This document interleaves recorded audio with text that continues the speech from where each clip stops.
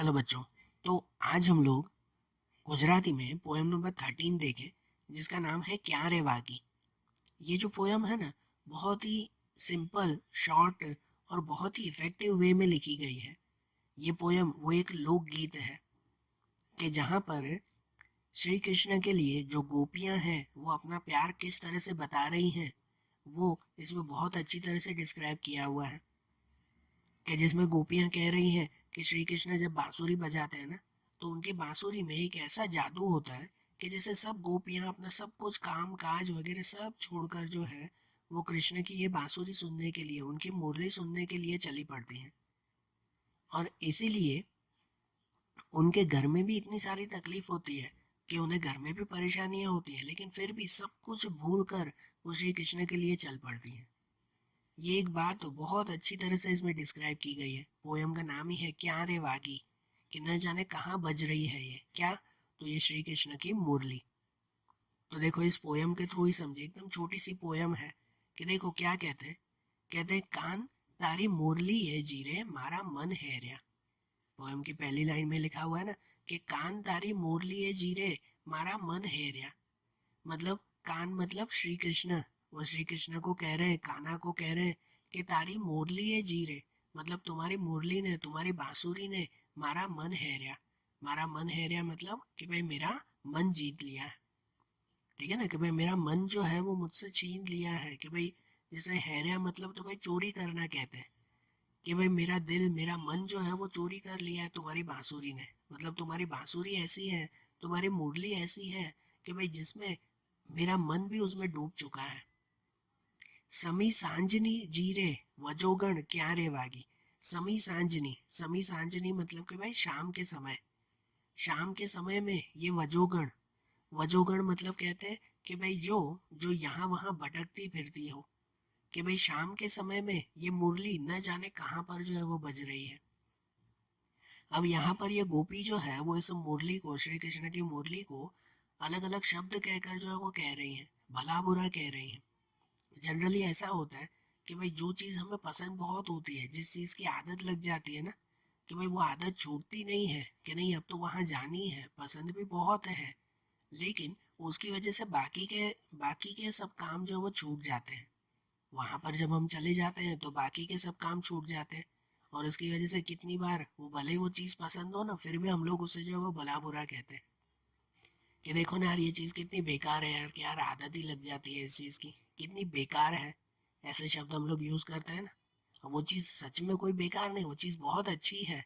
उसकी अच्छी आदत लगी है, चीज़ तो बहुत अच्छी है, लेकिन उसकी वजह से दूसरे काम रह जाते हैं ना। तो इसकी वजह से हम लोग उसे भला बुरा कहने लगते हैं। तो यहाँ पर ये गोपियाँ भी श्री कृष्ण की बांसुरी को, उनकी मुरली को ऐसे भला बुरा कह रही हैं। कह रही है ना कि समी सांजनी जी रे वजोगण क्या रे वागी। अब उनकी मुरली को वजोगण कह रही है। वजोगण मतलब कि यहाँ वहाँ भटकती हुई, कि भाई उसे तो कोई काम नहीं है, वो तो यहाँ वहाँ भटकती फिर रही है। कि भाई हमें तो इतने काम है ना। तो इसलिए वो उनकी मुरली को, श्री कृष्ण की मुरली को वजोगण कह रही है कि शाम के समय भाई उसे कोई काम नहीं है, यहाँ वहाँ भटकती हुई न जाने कहाँ ये बज रही है। आगे कहते हैं गूढ़ा रागनी जीरे मुरली क्या रे वागी। गूढ़ा रागनी, गूढ़ा राग मतलब कि गूढ़ा मतलब कहते हैं कि एकदम डेंस, एकदम डार्क।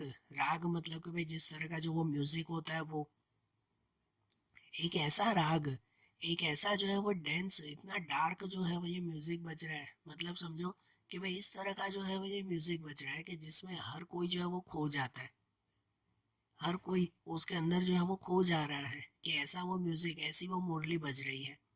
तो ये गोपियां कह रही है कि भाई ऐसी जो है वो मुरली, कि जिसे एक बार सुनकर कोई भी उससे दूर नहीं रह पाता। हर कोई जैसे उसकी तरफ जो है वो खींचे चले आते हैं। है ना, जैसे वो कहते हैं ना, एक तरह का वो हिप्नोटिज्म होता है, कि जैसे हिप्नोटाइज करते हैं कि बस वो एक बार ये म्यूजिक सुना कि सबके सब उसकी तरफ खींचे चले आएंगे। तो ऐसी फीलिंग यहाँ गोपियों को हो रही है कि वो मुरली के लिए यही कह रही है कि भाई गूढ़ा रागनी, कि ना जाने इतना डेंस म्यूजिक है, ना जाने कैसे बज रहा है कि हर कोई उसकी तरफ खिंचा चला जा रहा है। और आगे कह रहे हैं कि मदरातनी जी रे अभागनी क्या रे वागी। कि मदरातनी जी, कि भाई आधी रात तक ये बजने वाली अभागनी।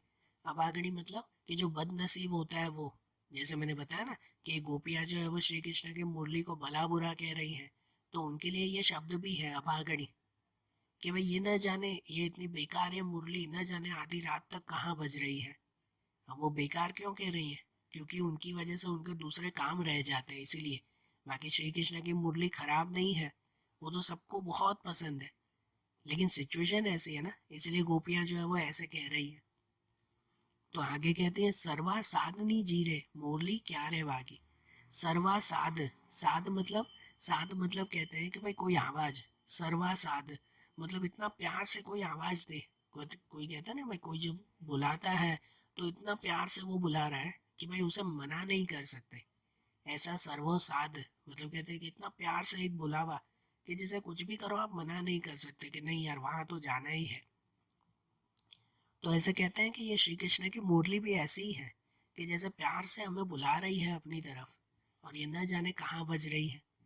कहते हैं जब गोपियां जो है वो सब अपने गांव में अपने घर में बैठी हुई हैं और दूर कहीं पर जो है वो श्री कृष्ण की मुरली सुनाई देती है, तब ये गोपियां ये सब बातें कर रही हैं कि न जाने कहाँ ये मुरली बज रही है, न जाने कहाँ ये श्री कृष्ण अपनी मुरली बजा रहे हैं, कि भाई अब रहा नहीं जाता, कि अब तो उस श्री कृष्ण की मुरली की तरफ हमें जाना ही जाना है।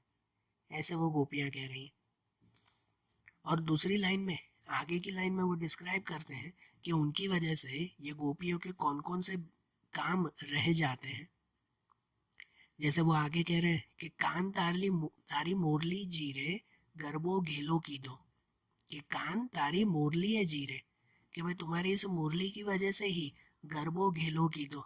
गरबो घेलो की दो मतलब कि भाई ये ऐसे गरबा खेलना, मतलब जो कैसे जो रास गरबा है जो गोपियां श्री कृष्ण के साथ खेलती थी, कि बस वही खेलने का मन होता है। या आगे कहते हैं कि कान तारी मुरली है जीरे सैयरूनो साथ मेल्यो। सैयरूनो साथ मतलब, सैयरू मतलब कहलाता है कि सैयर अपना साथी है, जैसे अपना पति। तो गोपियां कह रही हैं कि तुम्हारी मुरली की वजह से ही भाई हमने अपने पति का साथ भी मेलियो मतलब छोड़ दिया। भाई तुम्हारी मुरली ही ऐसी है कि जहाँ पर उस तरफ हम लोग खींचे चले आते हैं, और वहां पर हमें जो है वो क्या कह सकते हैं कि तुम्हारे साथ रास करने की इच्छा होती है, तुम्हारे साथ जो है वो हमें नाचने की इच्छा होती है। भाई तुम्हारी वजह से हमने जो है वो अपने सहीयर अपने साथी का साथ भी छोड़ दिया है, मतलब अपने घर बार अपने पति का साथ भी हमने छोड़ दिया है। ये आगे कहते हैं कान तारी मुरली जीरे माँ ने बाप मेल्या।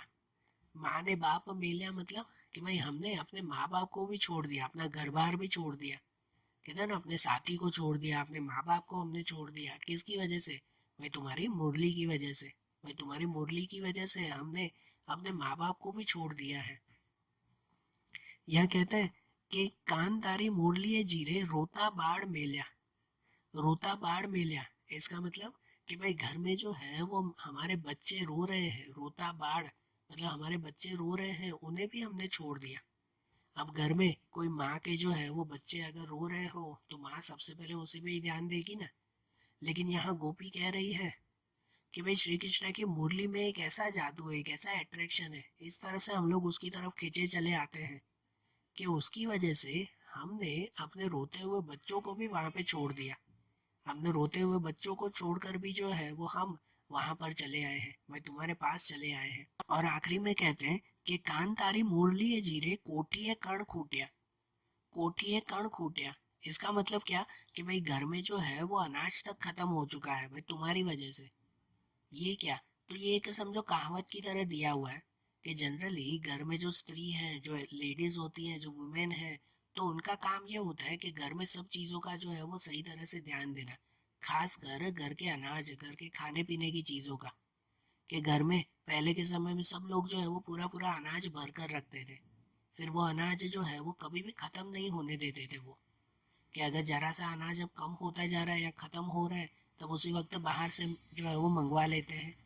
लेकिन जिन स्त्री का या जिन लेडीज का, जिन वुमेन का घर पर ध्यान नहीं होता ना, जो लोग घर पर बरोबर ध्यान नहीं देते, तब उस वक्त उनके घर का अनाज जैसे खत्म हो जाता है, ऐसे कहा जाता है। ये कहावत की तरह कहा जाता है कि भाई ये जो वुमेन्स हैं भाई वो घर पे ध्यान नहीं दे रही हैं, तो इसकी वजह से घर का अनाज खत्म हो गया और उन्हें ध्यान भी नहीं है। उनके बाद ध्यान आता है कि अब तो घर पे कुछ बचा ही नहीं है। तो इसीलिए ये भी जिम्मेदार वो श्री कृष्ण के मुरली को ठहरा रही है। वो कह रही है कि श्री कृष्ण के मुरली की वजह से ही घर में अनाज तक खत्म हो गया। तो घर में अनाज खत्म हो गया, इसके कहने का मतलब कि हम लोगों ने घर में कोई चीज का ध्यान नहीं दिया।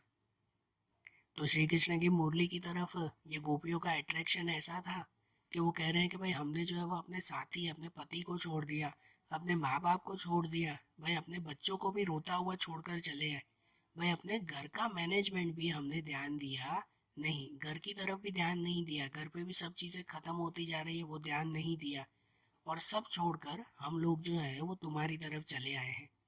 तो ऐसा श्री कृष्ण की मुरली में एक अट्रैक्शन, एक ऐसा जादू है ना कि सभी गोपियाँ अपना सब कुछ छोड़कर वो श्री कृष्ण की तरफ जो है वो चली आती हैं। बरोबर, समझ आई बात? एकदम छोटी सी ये पोयम, और जिसमें इतना इफेक्टिव वे में श्री कृष्ण की मुरली के बारे में बताया हुआ है। ओके, तो देखो आज जैसे ये पोयम देखी ना, वैसे ही इनकी दूसरी पोयम्स हम लोग अगले वीडियोस में देखेंगे। Okay, thank you.